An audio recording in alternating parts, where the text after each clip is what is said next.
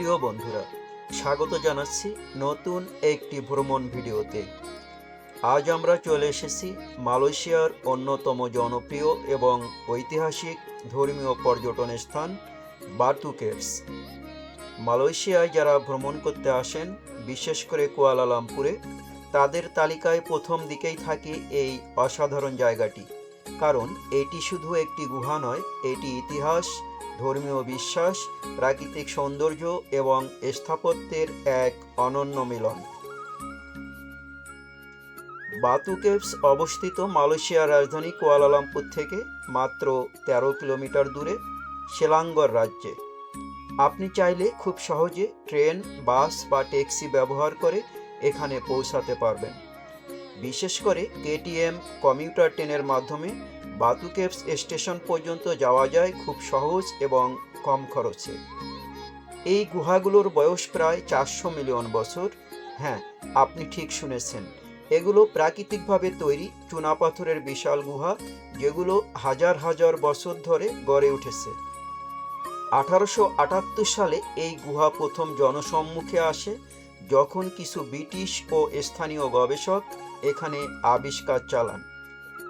পরবর্তীতে 1891 সালে ভারতীয় বংশোদ্ভূত হিন্দু নেতা কে থাম্বুসামি পিল্লাই এই গুহার ভিতরে একটি হিন্দু মন্দির প্রতিষ্ঠা করেন এবং এটিকে উৎসর্গ করেন হিন্দু দেবতা লর্ড মুরুগানের নামে।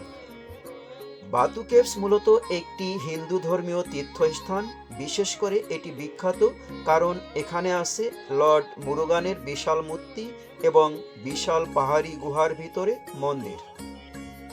এখানে সবচেয়ে আকর্ষণীয় বিষয় হলো প্রবেশদ্বারে থাকা বিশ্বের অন্যতম বৃহত্তম লর্ড মুরুগান মূর্তি।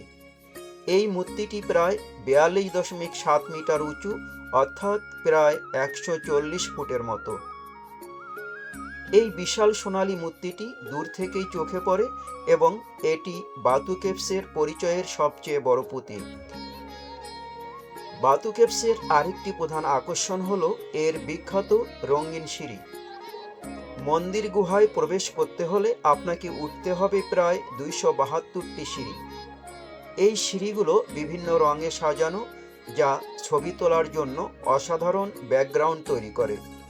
তবে মনে রাখবেন, সিঁড়ি ওঠা একটু কষ্টকর হতে পারে, বিশেষ করে গরমের দিনে, তাই সাথে পানি রাখা ভালো। এই জায়গাটিতে অনেক বানর দেখা যায়। তারা দেখতে মজার লাগলেও একটু সাবধান থাকা জরুরি, কারণ বানরগুলো অনেক সময় মানুষের হাতে থাকা খাবার, পানীয় বা ব্যাগ ছিনিয়ে নিতে পারে। তাই খাবার খোলা অবস্থায় রাখা বা হাতে চিপস, বিস্কুট নিয়ে হাঁটা ঠিক নয়। যখন আপনি সিঁড়ি বেয়ে উপরে উঠবেন, তখন পাবেন বিশাল এক গুহা, যাকে বলা হয় টেম্পল ক্যাভ। এই গুহাটি খুবই বড় এবং উপরে পাহাড়ের ছাদে বড় বড় প্রাকৃতিক ফাঁক আছে, যেখান দিয়ে সূর্যের আলো ভেতরে ঢুকে পড়ে। এই দৃশ্যটা সত্যি অসাধারণ। গুহার ভেতরে রয়েছে মন্দির, বিভিন্ন ধর্মীয় ভাস্কর্য এবং পূজার স্থান। বিশেষ উৎসবের সময় এখানে হাজার হাজার মানুষ পূজা দিতে আসে এবং গুহাটি তখন এক ভিন্ন রূপ ধারণ করে। বাতু কেভস সবচেয়ে বেশি পরিচিত থাইপুসাম ফেস্টিভ্যালের জন্য। এটি হিন্দু ধর্মাবলম্বীদের একটি বিশাল উৎসব, যা সাধারণত জানুয়ারি বা ফেব্রুয়ারি মাসে অনুষ্ঠিত হয়। এই উৎসবে লাখ লাখ মানুষ বাতু কেভসে আসেন। অনেক ভক্ত শরীরে কাঁটা বা হুক লাগিয়ে কাঁধে ভারী কাভাদি বহন করে সিঁড়ি বেয়ে উপরে ওঠে, যা তাদের বিশ্বাস অনুযায়ী এক ধরনের ত্যাগ এবং ভক্তির প্রতীক। এটি দেখতে যেমন বিস্ময়কর, তেমনি অনেকের জন্য আবেগঘন অভিজ্ঞতা। বাতু কেভস একটি ধর্মীয় স্থান, তাই পোশাকের ব্যাপারে সম্মান দেখানো উচিত। সব মিলিয়ে বাতু কেভস শুধু একটি ধর্মীয় পর্যটন স্থান নয়, এটি মালয়েশিয়ার সংস্কৃতি, ধর্মীয় ইতিহাস এবং প্রাকৃতিক সৌন্দর্যের এক অসাধারণ নিদর্শন। কুয়ালালামপুর ভ্রমণে এলে এই জায়গাটি মিস করা সত্যি বড় ভুল হবে।